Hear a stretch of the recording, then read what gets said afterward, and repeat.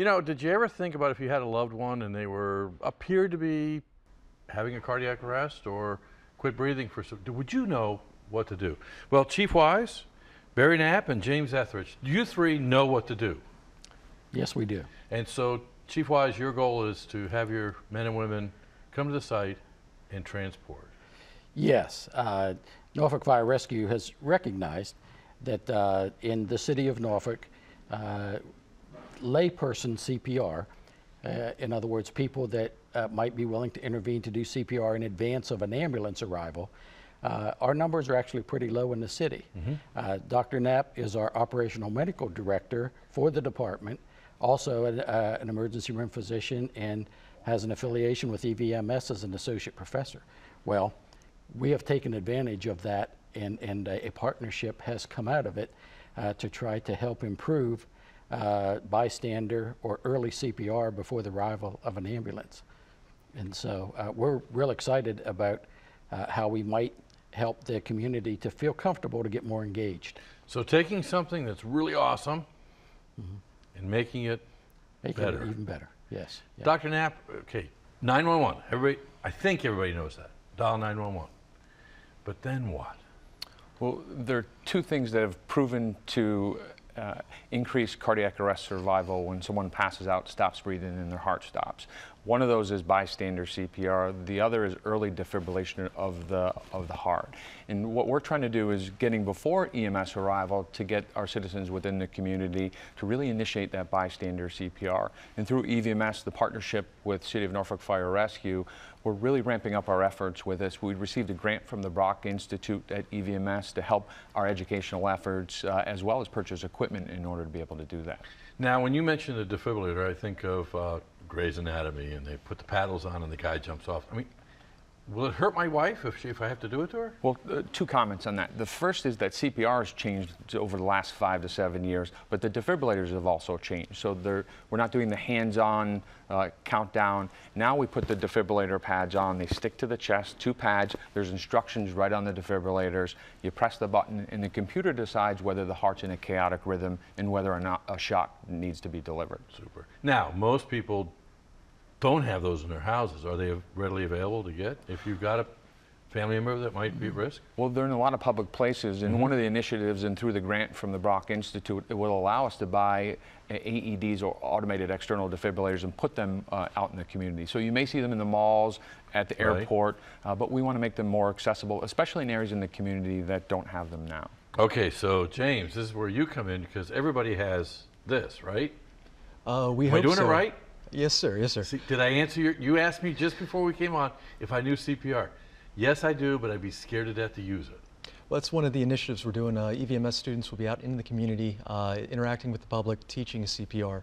So that's a great opportunity for us and a great opportunity to make an impact in the community. Okay, I'm going to give myself away here. I've been trained a long time ago, and what I couldn't figure out is it 5 of these and 5 breaths, and how do you do both, or do you need 2 people?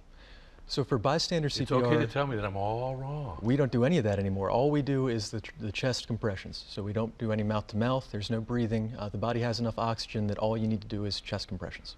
Okay. Again, Barry, will it hurt? Well, it's very, very clear that any CPR is better than no CPR, and the survival rates dramatically rise when someone's received that bystander CPR. For every minute that someone doesn't receive bystander CPR or a defibrillation, the survivability goes down at about 10%. So no bystander CPR, no defibrillation, at 10 minutes the survivability is almost 0. And that's where the citizens of the community can get involved. That's where Norfolk Fire Rescue is involved, as well as the physicians on the receiving end of that. So, I hate to talk to my wife this way, but she's the only one in the house. She falls down, doesn't seem to be breathing. It takes me how long to do this? Maybe 2 seconds. To dial 911? Yeah, so while I'm talking to the dispatcher, I should be putting it on speakerphone? Well, the dispatchers are trained to assist and talk someone through doing CPR. So if it's been years since I've been trained? Yes. Okay. But our goal is to educate as many people as we can in the community. Fire Rescue started the hands-only CPR training back in the spring, and we've trained over 400 people in the city already. I was amazed when we just saw, I think, some footage. was amazed at the number of people that came down to learn how to do it, and it looks so easy. Yeah, and let me put the plug in. Norfolk Cares, the line, that's how you request it. So if you're a church or a civic league or anyone, frankly, that might wish for us, Fire Rescue, to come out and do training now, go through Norfolk Cares, and the message will be given to us, and we'll follow up. And that number is 664 and look for that. That's correct. And look for that all to grow as we expand the partnership with EVMS. This grant opportunity is terrific. Well, I was going to say, okay, which came first? The invitation to come on Norfolk Perspectives, because I was calling you to see. I wanted to talk to you about the 4-minute. Bob, you know we'll be here anytime. I know. I wanted to talk to you about the 4-minute response because I think a lot of people don't know about that. Yeah. And that really has an impact on saving lives. Yeah, we and the next thing you know, you're calling me back. Yeah, we arrive on scene with a fire truck or an ambulance in under 5 minutes, 90% of the time. And so the service, once we arrive, is second to none. We're really focusing in on that time, though, from the 911 call until we actually arrive. Barry, the relationship, what's this mean to you? It's amazing. I mean, one of the mission statements for EVMS is to be the most community-oriented medical school in the country, and this really, helps to solidify the partnership with the city and EVMS. And it's not only great for both the city and the school; it's great for all the citizens of Norfolk. Super. James, thanks for coming on. Now, go to bed, okay? Go get some sleep. Second-year medical student. Does he get extra points for doing this? No. Oh, sorry. We'll see you at CPR training. Yes, sir. Okay, when we come back, hang around, because we're going to build battleships right here on this table when we come back.